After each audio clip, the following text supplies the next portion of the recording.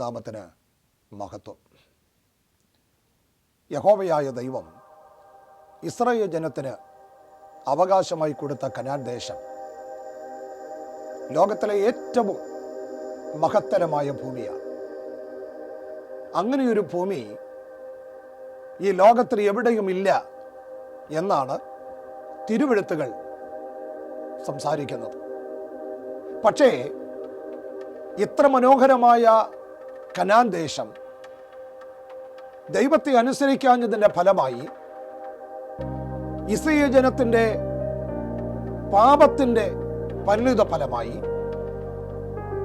പാഴും ശൂന്യവുമായി തീരുന്ന ഒരവസ്ഥയിലേക്ക് മാറി. ലോകജാതികളിൽ യഹൂദ ജനത ചിതറിപ്പോയതിനു ശേഷം കനാൻ നാടിന്റെ മുഖച്ഛായ തന്നെ അമ്പേ മാറി. അതിനെക്കുറിച്ച് പ്രവാചകൻ പറയുന്ന ഒരു വേദഭാഗമുണ്ട്.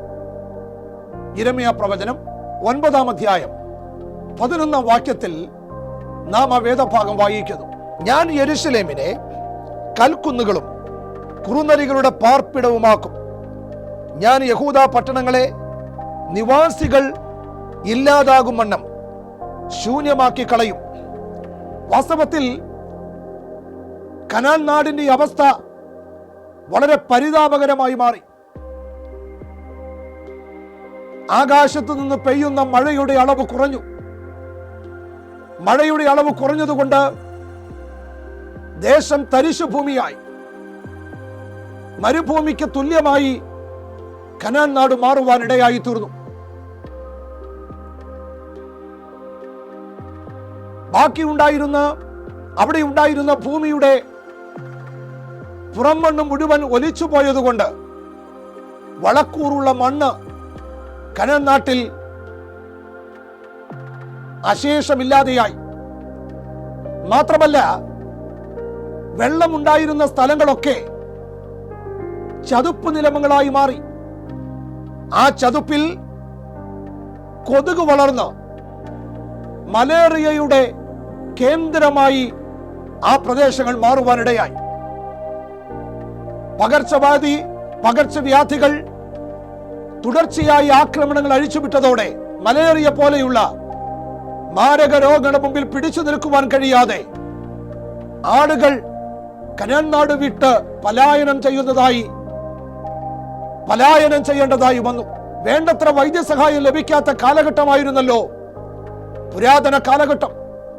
അതുകൊണ്ട് ആളുകൾക്ക് അവിടെ താമസിക്കുവാൻ കഴിയാത്ത ഒരു സ്ഥിതിവിശേഷം സംജാതമാകുവാനിടയായി തീർന്നു. ക്രമേണ അവിടെ പാർത്തിരുന്ന ആളുകളുടെ എണ്ണം കുറഞ്ഞ് ആർക്കും വേണ്ടാത്ത ഒരു പ്രേതഭൂമി പോലെ പലസ്തീൻ നാട് മാറുവാനിടയായി. ആളുകൾ പലസ്തീനെ നോക്കി ചിരിക്കുന്ന ഒരു സ്ഥിതിയിലേക്ക് കാര്യങ്ങൾ മാറി. അവിടെയും ഇവിടെയുമെല്ലാം പൊങ്ങി നിൽക്കുന്ന കുറ്റിക്കാടുകൾക്കിടയിൽ കുറുക്കനും നരികളും പാർക്കുവാൻ തുടങ്ങി. ആളുകൾ ഉപേക്ഷിച്ചു പോയ കെട്ടിടങ്ങൾക്കിടയിൽ വന്യമൃഗങ്ങൾ അവരുടെ താവളമൊരുക്കി. മനുഷ്യവാസം അശേഷമില്ലാതായി പോകുന്ന ഒരവസ്ഥയിലേക്ക് ഇസ്രായേൽ രാജ്യം ക്രമേണ മാറുവാനിടയായി തീർന്നു. AD 135 ശേഷം അധികം ആളുകൾ ആരും തിരിഞ്ഞു നോക്കുകയോ പാർക്കുകയോ ചെയ്യാതിരുന്ന പലസ്തീൻ നാട് ലോകജാതികളുടെ ഇടയിൽ വലിയ സ്തംഭനത്തിനും ആശ്ചര്യത്തിനും കാരണമായി മാറി. അവിടേക്കാകെ പോയിരുന്ന ആ കാലഘട്ടത്തിൽ അവിടേക്കാകെ പോകുവാൻ താല്പര്യപ്പെട്ടിരുന്ന ആളുകൾ തീർത്ഥാടകരാണ്. പ്രത്യേകിച്ച് റഷ്യയിൽ നിന്നുള്ള തീർത്ഥാടകർ. ആ തീർത്ഥാടകർ പലസ്തീൻ നാട്ടിലേക്ക് തീർത്ഥാടനത്തിനായി ചെല്ലുകയും ഒരിക്കലും മടങ്ങിപ്പോകുവാൻ അവർ ആഗ്രഹിക്കാതെ തീർത്ഥാടനത്തിനായി യെരുശലേമിലേക്ക് പോകുകയും അവിടെ വെച്ച് മരിക്കുകയും ചെയ്യുന്നതായിരുന്നു പതിവ്. കാരണം യെരുശലേമിൽ എത്തിക്കഴിഞ്ഞാൽ, പലസ്തീൻ നാട്ടിൽ എത്തിക്കഴിഞ്ഞാൽ മാരക രോഗങ്ങൾ അവരെ കടന്നാക്രമിക്കും. അതുകൊണ്ട് മടങ്ങിപ്പോകുന്നത് ഒരിക്കലും സാധ്യമല്ല. മരിക്കുമെന്നറിയാം എന്നിട്ടുകൂടെ തീർത്ഥാടനത്തിനായി യെരുശലേമിലേക്ക് പോകുന്ന ആളുകൾ മാത്രം ആ കാലഘട്ടത്തിൽ ഈ കനാൻ നാട്ടിലേക്ക് പോകുവാൻ തുനിഞ്ഞുള്ളൂ. വാസ്തവത്തിൽ ഇതുപോലെ ഉപേക്ഷിക്കപ്പെട്ട, ഇതുപോലെ പരിഹസിക്കപ്പെട്ട ഒരു ഭൂമി ഈ ഭൂമിയുടെ മുഖത്തുണ്ടെന്ന് തോന്നുന്നില്ല. അത്രയധികം കനാൻ ദേശം പരിഹാസത്തിനും സ്തംഭനത്തിനും ശൂന്യതയ്ക്കും വിധേയമായി തീർന്നു. ഏതാണ്ട് 1800 പരം വർഷങ്ങൾ ഇതുപോലെയായിരുന്നു യഹൂദ ജനത്തിന്റെ ഭൂമിയായിരുന്ന കനാൻ നാടിന്റെ അവസ്ഥ. 1800 മുതൽ പലസ്തീൻ നാട് സന്ദർശിച്ച പല സന്ദർശകരുടെ വിശദീകരണങ്ങൾ നമ്മെ ആ കാലഘട്ടങ്ങളിൽ ആ ഭൂമിയുടെ അവസ്ഥയെക്കുറിച്ച് മനസ്സിലാക്കുവാൻ സഹായിക്കുന്നുണ്ട്. പ്രധാനപ്പെട്ട ചില രേഖകൾ നിങ്ങളുടെ ശ്രദ്ധയിൽ ഞാൻ കൊണ്ടുവരാം. പല വർഷങ്ങളിൽ ഈ ഭൂമി സന്ദർശിച്ച ആളുകളുടെ ദൃക്സാക്ഷി വിവരണങ്ങൾ നമ്മെ അത്ഭുതപ്പെടുത്തുന്നതാണ്. 1855 ജോനതൻ മീസ് എന്ന് പറയുന്ന ഒരു ഡോക്ടർ അമേരിക്കയിൽ നിന്നും പലസ്തീൻ നാട് സന്ദർശിക്കുവാനായി പോയി. ജോനതൻ മീസ് പലസ്തീൻ നാട് സന്ദർശിക്കുവാനായി ചെല്ലുമ്പോൾ പലസ്തീൻ നാടിന്റെ അവസ്ഥ വളരെ പരിതാപപൂർണമായിരുന്നു.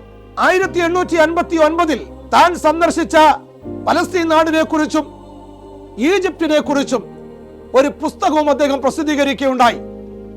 ആ പുസ്തകത്തിന്റെ പേരാണ് a journey to Egypt and Palestine.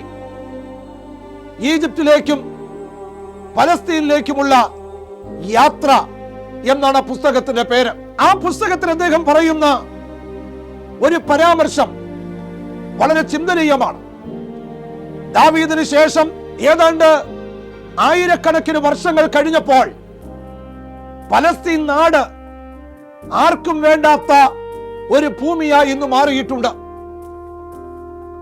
അദ്ദേഹം കണ്ടത് വിശദീകരിക്കുമ്പോൾ ഇങ്ങനെ പറയുന്നു: എവിടെയും സസ്യങ്ങളോ പച്ചപ്പുൽമേടുകളോ വൃക്ഷങ്ങളോ കാണുവാനില്ല. എവിടെയെങ്കിലും ഏതെങ്കിലും ഒരു പുൽച്ചെടി വളർന്നു വന്നത് കണ്ടാൽ അന്നവിടെ പാർത്തിരുന്ന ആളുകൾ അത് ഭക്ഷണമാക്കും. അവര് കാണാതെ പോയാൽ അലഞ്ഞു തിരിഞ്ഞ് നടന്നിരുന്ന ബെഡോവിൻസ് അതവരുടെ ഭക്ഷണമാക്കും. അവർക്കും കിട്ടാതെ പോകുന്നത് അവരെ ഭരിച്ചിരുന്ന ടർക്കികളും അന്നത്തെ അറബികളുമൊക്കെ അവിടെ നിന്ന് അത് കണ്ടുകെട്ടിക്കൊണ്ടുപോകും. ചുരുക്കി പറഞ്ഞാൽ അത്രയധികം ഊഷര ഭൂമിയായി കനാൻ നാട് മാറി. വളരെയധികം സങ്കടത്തോടെ മാത്രമേ ആ ചരിത്രം നമുക്ക് വായിക്കുവാൻ കഴിയുകയുള്ളൂ. ജോനതൻ മീസിന്റെ 1859 ആ പുസ്തകം ലോക മനസാക്ഷിയെ പിടിച്ചുകുലുക്കി. എന്തുകൊണ്ടാണ് പലസ്തീൻ നാടിന് ഇങ്ങനെ സംഭവിച്ചത് എന്നത് ആളുകളുടെ മനസ്സുകളെ ഇളക്കി മറിച്ച ഒരു ചോദ്യമായിരുന്നു. കാരണം അങ്ങനെയല്ല തിരുവെഴുത്തുകൾ കനാൻ നാടിനെ കുറിച്ച് പറയുവാനിടയായി തീർന്നത്. ദൈവത്തെ അനുസരിക്കാതെ പോയ യഹൂദ ജാതിയുടെ അനുസരണക്കേടിന്റെ പരിണിത ഫലമാണ് ആ ദേശം അനുഭവിച്ചുകൊണ്ടിരുന്നത്. 1867 മറ്റൊരു സഞ്ചാരി പലസ്തീൻ നാട് സന്ദർശിക്കുവാനിടയായി. അദ്ദേഹത്തിന്റെ പേരാണ് മാർക്ക് ട്വെയിൻ. 1867 അമേരിക്കൻ ജേർണലിസ്റ്റ് ആയിരുന്ന മാർക്ക് ട്വെയിൻ പലസ്തീൻ നാട് സന്ദർശിക്കുകയും 1869 താൻ കണ്ടത് പുസ്തക രൂപേണ എഴുതി വെക്കുകയും ചെയ്തു. ആ പുസ്തകത്തിന്റെ പേര് തന്നെ ദ ഇന്നസെൻസ് എബ്രോഡ്, വിദേശത്തുള്ള നിഷ്കളങ്കർ എന്നാണ് പുസ്തകത്തിന്റെ പേര്. പലസ്തീനെ കുറിച്ചുള്ള തന്റെ പരാമർശത്തിൽ പലസ്തീൻ നാട് ശൂന്യവും നഗ്നവും തകർന്നതുമായി കിടക്കുന്നു എന്നാണ് അദ്ദേഹം എഴുതി വെച്ചത്. ഗ്രാമങ്ങളെല്ലാം ശൂന്യമായി കിടക്കുന്നു. എവിടെയെങ്കിലും കുടിലുകളുണ്ടെങ്കിൽ അങ്ങിങ്ങായി നിൽക്കുന്ന ചെറിയ ബെഡോവിൻ കുടിലുകൾ മാത്രമാണ് ഉള്ളത് എന്ന് അദ്ദേഹം പറയുന്നുണ്ട്. 10 മൈലുകൾ യാത്ര ചെയ്താൽ പോലും 10 മനുഷ്യരെ കാണില്ല എന്നുകൂടെ അദ്ദേഹത്തിന്റെ വിവരണത്തിലുണ്ട്. അപ്പോൾ നാം ഓർക്കണം, എത്ര പരിതാപകരമായി തീർന്നു പലസ്തീൻ നാടിന്റെ അവസ്ഥ എന്ന്.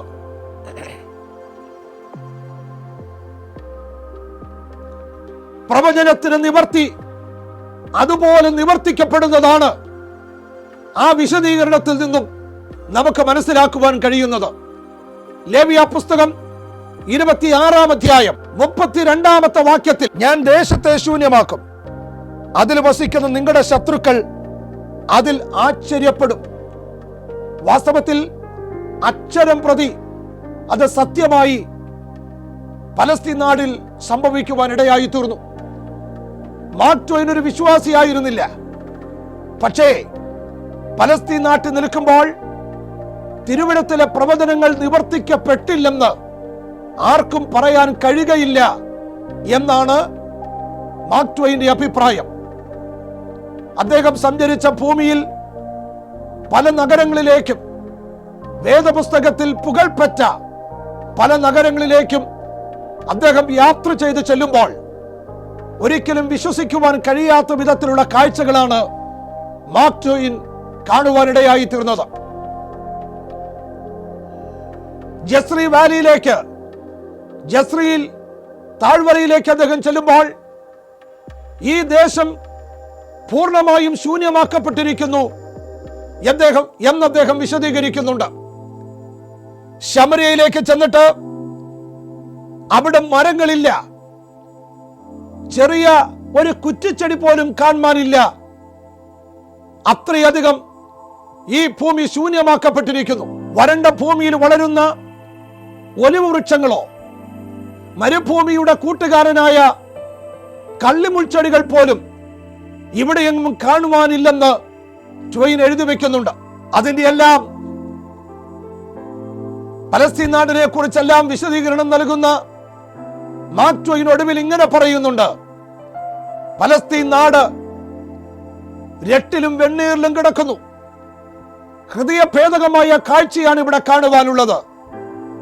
എന്തുകൊണ്ടിങ്ങനെ സംഭവിച്ചെന്ന് ചോദിക്കുവാനുള്ള അവസ്ഥയിലേക്ക് കനാൻ നാട് മാറി എന്ന് മാർക്ക് ട്വെയിൻ വിശദീകരിക്കുന്നു.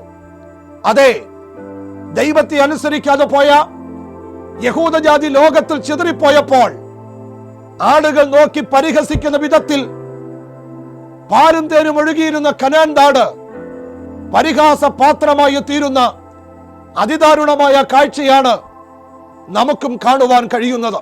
1884 പലസ്തീൻ നാട് സന്ദർശിച്ച ഹെൻറി എം ഫീൽഡ് എന്ന് പറയുന്ന ഒരു മനുഷ്യന്റെ വിശദീകരണം മുൻപ് പറഞ്ഞ വിശദീകരണങ്ങളെ പിന്താങ്ങുന്ന വിശദീകരണങ്ങളാണ്. ഹെൻറിയുടെ വിശദീകരണത്തിൽ പലസ്തീൻ നാട്ടിൽ എങ്ങും വൃക്ഷങ്ങൾ കാണുവാനില്ല. എവിടെയെങ്കിലും ഒരു വൃക്ഷം വളർന്നു വരുന്നത് കണ്ടാൽ അതിവേഗത്തിൽ അവരതിനെ വെട്ടിക്കളയുന്ന ഒരു സ്ഥിതിവിശേഷമാണ് ഇവിടെയുള്ളത്. അന്ന് പലസ്തീൻ നാട്ടിൽ വളരുന്ന മരങ്ങൾക്ക് തുർക്കികൾ ടാക്സ് ഈടാക്കുന്നൊരു പതിവുണ്ടായിരുന്നു. അതുകൊണ്ട് ടാക്സിൽ നിന്ന് രക്ഷപ്പെടുവാനായിരിക്കാം തലപൊങ്ങി വരുന്ന ഓരോ വൃക്ഷത്തെയും അപ്പോൾ തന്നെ അവർ വെട്ടിമാറ്റുമായിരുന്നു. ഭൂമി ശൂന്യമായിരിക്കുന്നു. കനാൻ നാട് ആർക്കും വേണ്ടാത്ത ഭൂമി പോലെയായിരിക്കുന്നു. ഹെൻറിയുടെ ആ വിശദീകരണങ്ങൾ നമ്മെ ഒരുപാട് ചിന്തിക്കുവാൻ പ്രേരകമാക്കും.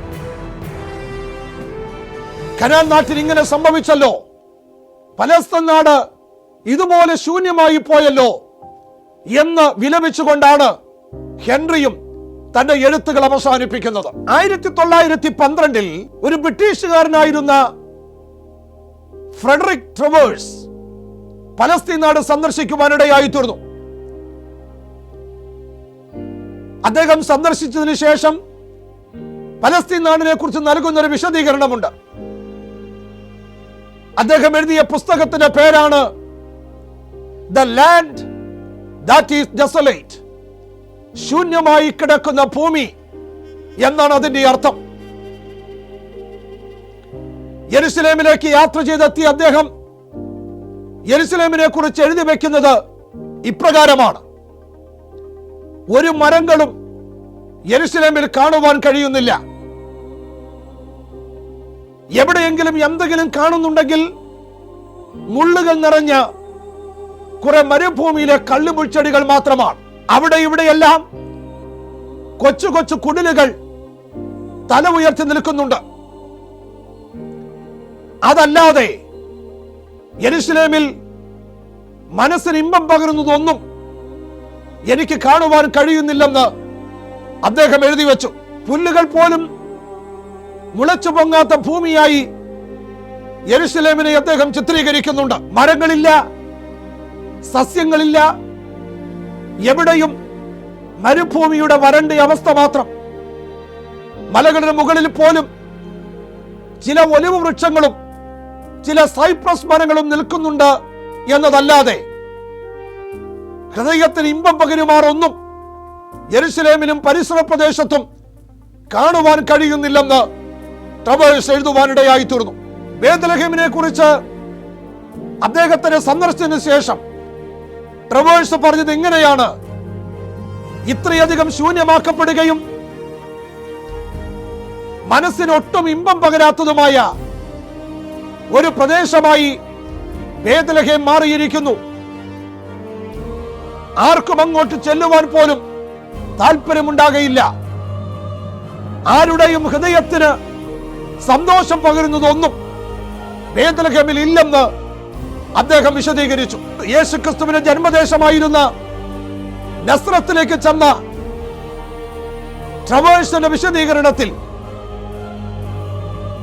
അദ്ദേഹം ഇങ്ങനെ പറയുന്നുണ്ട്: പട്ടിണിയുടെ കേന്ദ്രവും കൂടാരവുമാണ് നസ്രത്ത്.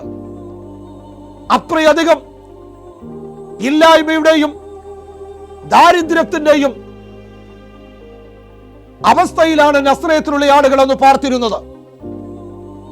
ദേശം ശൂന്യമാക്കപ്പെട്ടപ്പോൾ, പാഴും ശൂന്യവുമായി തീർന്നപ്പോൾ, മഴ കുറഞ്ഞപ്പോൾ, ആഹാരത്തിന് വഴിയില്ലാതെ ആളുകൾ മരിച്ച് വീഴുന്ന കാഴ്ചകൾ അവിടെ സാധാരണമായിരുന്നു.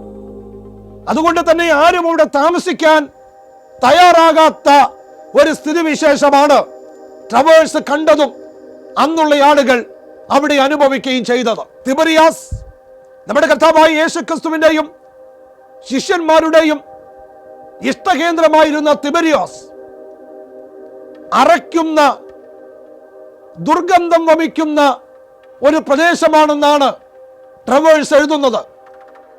ദൈവത്തെ അനുസരിക്കാതെ പോയ യഹൂദജാതി ലോകത്ത് ചിതറിപ്പോയപ്പോൾ അവർ മാത്രമല്ല ദൈവത്തിന് ശിക്ഷ അനുഭവിച്ചത്, അവർ പാർത്തിരുന്ന ഭൂമിയും ദൈവത്തിന്റെ ശിക്ഷയ്ക്ക് പാത്രീഭൂതരായെന്ന് ചരിത്രം നമ്മെ പഠിപ്പിക്കുന്നുണ്ട്. 1924 ഒലിവർ സി ഡാൽബി എന്ന പേരുള്ള ഒരു മനുഷ്യൻ പലസ്തീൻ സന്ദർശിക്കുവാനിടയായി. ഡാൽബി 1924 പലസ്തീൻ സന്ദർശിക്കുമ്പോൾ അദ്ദേഹം കണ്ട കാഴ്ചയും പരിതാപകരമായ കാഴ്ചയാണ്. വരണ്ട് മരുഭൂമി കണക്കെ ആർക്കും വേണ്ടാതെ കിടക്കുന്ന ഒരു ഭൂമിയാണ് 1924 പോലും പലസ്തീൻ എന്ന് നാം മറക്കരുത്. എന്ന് വെച്ചാൽ ഇസ്രയേലിന് സ്വാതന്ത്ര്യം കിട്ടുന്നതിന് ഏതാനും വർഷങ്ങൾക്ക് മുമ്പ് വരെ തനി മരുഭൂമിയായി, ആർക്കും വേണ്ടാത്ത ഭൂമിയായിട്ട് പലസ്തീൻ നാട് കിടക്കുകയായിരുന്നു എന്ന് നാം ഓർത്തിരിക്കണം. അപ്പോൾ 1800 മുതൽ 1900 വരെ പലസ്തീൻ നാട് സന്ദർശിച്ച സകല സന്ദർശകരുടെയും എഴുത്തുകളുടെ അടിസ്ഥാനത്തിൽ ഇത്രയധികം അപമാനിക്കപ്പെടുകയും ശൂന്യമാക്കപ്പെടുകയും ചെയ്ത ഒരു ഭൂമി വേറെ ഇല്ലെന്ന് അവർ വിശദീകരിക്കുന്നു. അപ്പോൾ ഭൂമിമേലുണ്ടായ ദൈവത്തിന്റെ ശാപം നമുക്ക് ചിന്തിക്കുവാൻ കഴിയുന്നതിന്റെ അപ്പുറത്തായിരുന്നു എന്ന് നാം മറക്കരുത്. ഇതൊക്കെ പലസ്തീൻ നാട്ടിൽ സംഭവിച്ചത് സത്യമാണെങ്കിലും അതിനൊരു മറുവശം കൂടെ പറയാതിരിക്കുവാൻ സാധ്യമല്ല. മഴ പെയ്യാതെ ഈ ദേശം ആർക്കും വേണ്ടാതെ മരുഭൂമിയാക്കി ഇട്ടതിന്റെ കാരണവും ദൈവത്തിന്റെ പദ്ധതിയായിരുന്നു എന്നാണ് യഹൂദ റബിയുടെ അഭിപ്രായം. മെനച്ചം കോഹൻ എന്നു പേരുള്ള അമേരിക്കൻ റബിയുടെ അഭിപ്രായത്തിൽ ഇത് ദൈവത്തിന്റെ ഒരു അത്ഭുതമാണ്. നമുക്ക് ചിന്തിക്കുവാൻ കഴിയാത്ത തരത്തിലുള്ള ദൈവത്തിന്റെ ഒരത്ഭുതം. കാരണം ഈ ഭൂമിയെ മരുഭൂമിയായി സൂക്ഷിച്ചാൽ മഴ പെയ്യാതെ, വെള്ളമില്ലാതെ, ആർക്കും താമസിക്കുവാൻ കഴിയാത്ത ഒരു ഭൂമിയായി ഇതിനെ ദൈവം സൂക്ഷിച്ചതിന്റെ കാരണം ചില വർഷങ്ങൾ കഴിയുമ്പോൾ ഈ ഭൂമിയുടെ ഉടമസ്ഥർ ഇതിലേക്ക് തിരികെ വരികയും ആ ഭൂമിയുടെ നന്മ അവർക്ക് അനുഭവിക്കുവാനും ഇടയാകണമെന്ന് ദൈവം തീരുമാനിച്ചിരുന്നു. അപ്പോൾ ദൈവത്തിന്റെ ഒരു പ്രത്യേക പദ്ധതിയായിരുന്നു ഈ ഭൂമിയെ ഇങ്ങനെ സൂക്ഷിക്കുക എന്നുള്ളത്.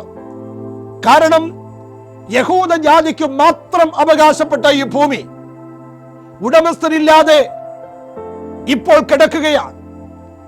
അതിന്റെ ഉടമസ്ഥർ ഭൂമിയിൽ ചിതറിപ്പോയിരിക്കുന്നു. അവർക്ക് മടങ്ങി വരേണ്ട ഒരു കാലമുണ്ട്. ആ മടങ്ങി വരവിൽ ഈ ഭൂമി അവർക്ക് വീണ്ടും പാലും തേനും ഒഴുകുന്ന ഭൂമിയാക്കി നൽകുവാൻ ദൈവം ആഗ്രഹിച്ചിരുന്നത് കൊണ്ട് ദൈവത്തിന്റെ പ്രത്യേകമായ ദൃഷ്ടി അതിന്മേലിരിക്കുകയും ഇന്നുവരെ യഹൂദജാതി മടങ്ങി വരുന്നതുവരെ ആ ഭൂമിയെ ദൈവം അങ്ങനെ സംരക്ഷിക്കുകയും ചെയ്തു എന്ന് നാം ഓർക്കണം. നമുക്ക് മനസ്സിലാക്കുവാൻ കഴിയുന്നതിനപ്പുറത്ത് ദൈവം പലസ്തീൻ നാടിനെ ശൂന്യമാക്കുകയും ഇസ്രായേൽ ജനത്തിന്റെ മടങ്ങിവരവ് വരെയും അതിനെ അങ്ങനെ സൂക്ഷിക്കുകയും ചെയ്തു. ദൈവത്തെ അനുസരിക്കാതെ പോകുന്നത് വലിയ വിപത്തുകൾക്ക് കാരണമാകും. അത് മനുഷ്യർക്ക് മാത്രമല്ല, അവരുടെ ജീവിതത്തിലെ സമസ്ത മേഖലകളിലും ദൈവത്തിന്റെ കരത്തിന്റെ ഭാരം അനുഭവിക്കേണ്ടി വരും. ഇസ്രായേൽ ജനം അത് അനുഭവിച്ചു. എന്നാൽ ദൈവം അവരെ ശിക്ഷയുടെ കരങ്ങൾ കൊണ്ട് ഭാരമാക്കി അവരെ ബാധിച്ചെങ്കിലും ദൈവത്തിന്റെ സ്നേഹം ഒരിക്കലും കുറഞ്ഞു പോയില്ല. അതാണ് ദൈവം. ഒരു ഭാഗത്ത് ദൈവം ശിക്ഷിച്ചാലും നമ്മെ സ്നേഹിക്കുന്നവനാണ് ദൈവം, നമുക്ക് വേണ്ടി കരുതുന്നവനാണ്. അതുകൊണ്ട് ദൈവത്തെ സ്വീകരിക്കുകയും പാപങ്ങളെ ഏറ്റുപറഞ്ഞ് ദൈവം മുമ്പിൽ നിങ്ങളെ തന്നെ സമർപ്പിക്കുകയും ചെയ്താൽ ദൈവത്തിന്റെ ശിക്ഷയുടെ കരം അവൻ പിൻവലിക്കുകയും അനുഗ്രഹത്തിന്റെ വഴിയിലൂടെ ദൈവം നിങ്ങളെ നടത്തുകയും ചെയ്യും. ദൈവസന്നിധിയിൽ വന്ന് നിങ്ങളുടെ ജീവിതത്തെ സമർപ്പിക്കുകയും ദൈവഹിതത്തിനു വേണ്ടി വിധേയപ്പെടുകയും ചെയ്യുവാൻ നിങ്ങളെ ആഹ്വാനം ചെയ്തുകൊണ്ട് എന്റെ വാക്കുകൾക്ക് ഞാൻ വിരാമം കുറിക്കുന്നു. ദൈവം നമ്മെ അനുഗ്രഹിക്കുമാറാകട്ടെ.